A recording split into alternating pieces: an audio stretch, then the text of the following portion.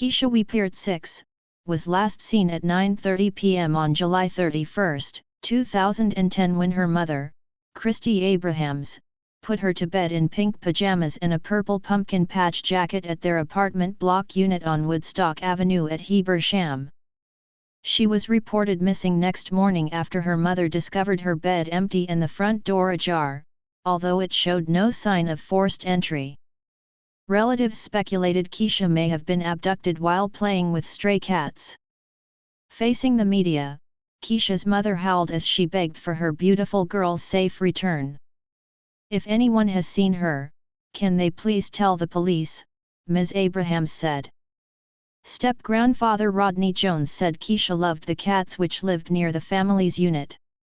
"Keisha is always playing with cats, maybe she had got up and gone out to play with the cats and someone got her there," Mr. Jones said. The family had watched a movie on Saturday night, then Keisha was put to bed about 9 p.m.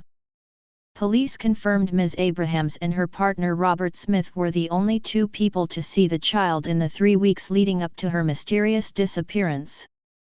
Police investigating the disappearance of 6-year-old Keisha said her immediate family were all being treated as suspects as they called off their ground search for the missing girl.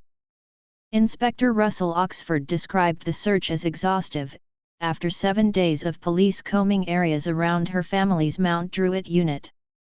Detectives interviewed the girl's mother Christy Abrahams, stepfather Robert Smith and father, who all denied involvement in her disappearance.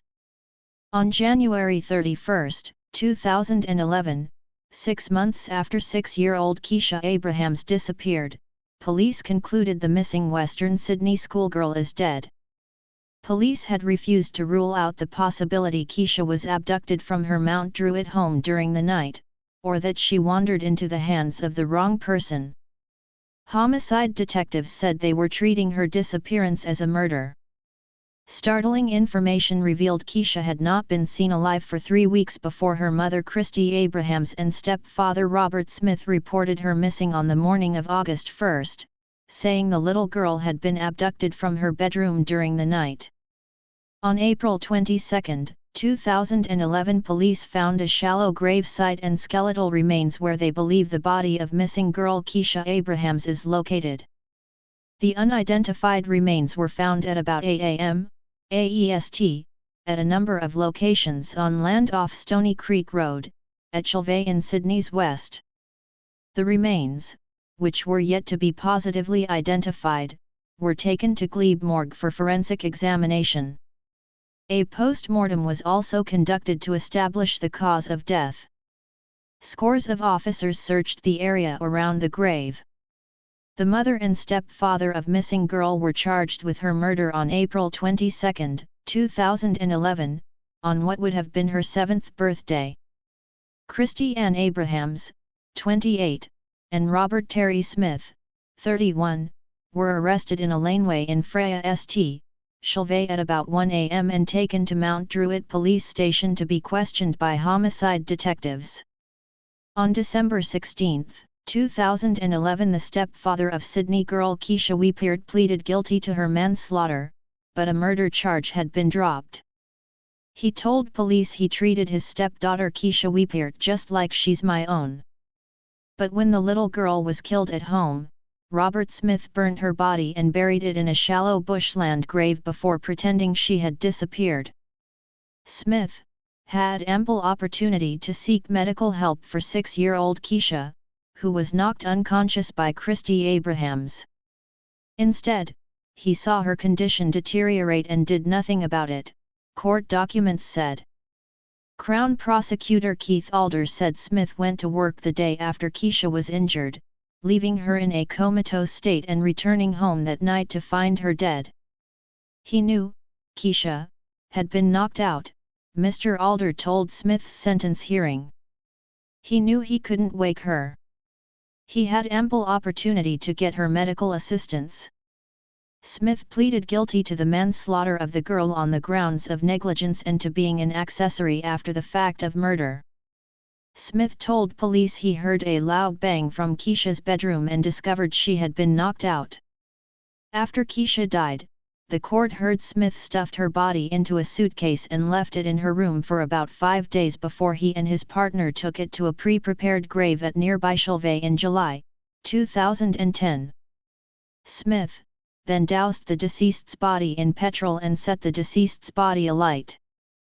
Keisha was eventually reported missing from her home at Mt Druitt, in western Sydney, on August 1, sparking a large-scale police search and nationwide media frenzy. Christy Ann Abrahams was jailed for at least 16 years for murdering her daughter Keisha. Abrahams, 30, gave no reaction as Justice Ian Harrison sentenced her to a maximum term of 22.5 years for murdering the vulnerable and defenseless little girl and for interfering with her body afterwards. The trust placed between a parent and child is of the highest and utmost importance, Harrison told the Supreme Court in Sydney on Thursday. Abrahams caused the death of Keisha with the infliction of a violent, lethal force on what was a vulnerable and defenseless child in her care who was entitled to expect and receive her attention. Abrahams pleaded guilty to murdering her 6-year-old daughter on the first day of her trial.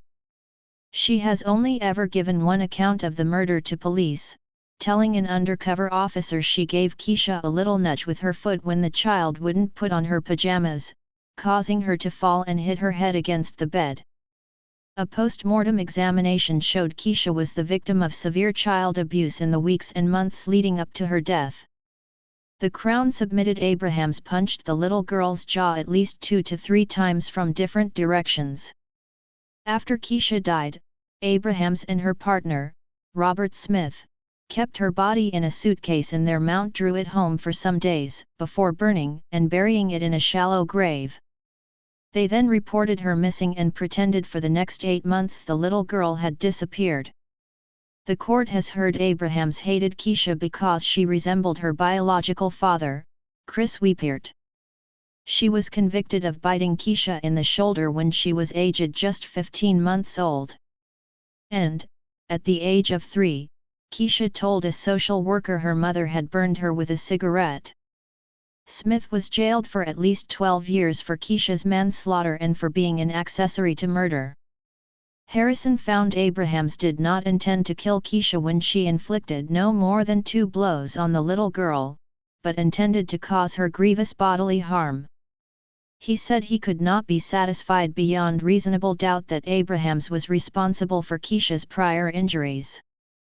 Although the evidence establishes Abrahams had been short-tempered with Keisha in the past and she was not coping, the evidence is insufficient to establish beyond reasonable doubt that the offender had previously caused the injuries of the deceased other than the bite in 2005, he said. Harrison said Keisha's death was the inevitable product of entire intergenerational failures, noting Abrahams herself was abused as a child. The offender's failures are mirrored in the failures of others, he said. Abrahams will be eligible for parole in April 2027. Speaking outside court, former family friend Alison Anderson said the sentence wasn't good enough.